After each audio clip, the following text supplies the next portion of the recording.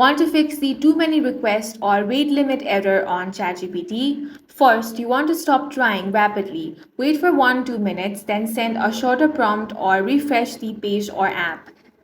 Rapid back-to-back queries from the same account, IP, or device stack up and trigger the limit. Slowing down usually clears it. Next thing you want to do is avoid running multiple tabs or devices on the same account simultaneously and reduce very long outputs. Disable or pause any automation, script, or browser extensions auto-querying ChatGPT. If you are on a VPN, stick to one stable endpoint. Constant IP hopping looks abusive. Keep in mind that clock or time zone mismatches can occasionally affect token refresh, so you want to ensure your device time is correct. For that, open up your settings, then select General Management, head over to Date and Time. Make sure that you toggle on Automatic Date and Time.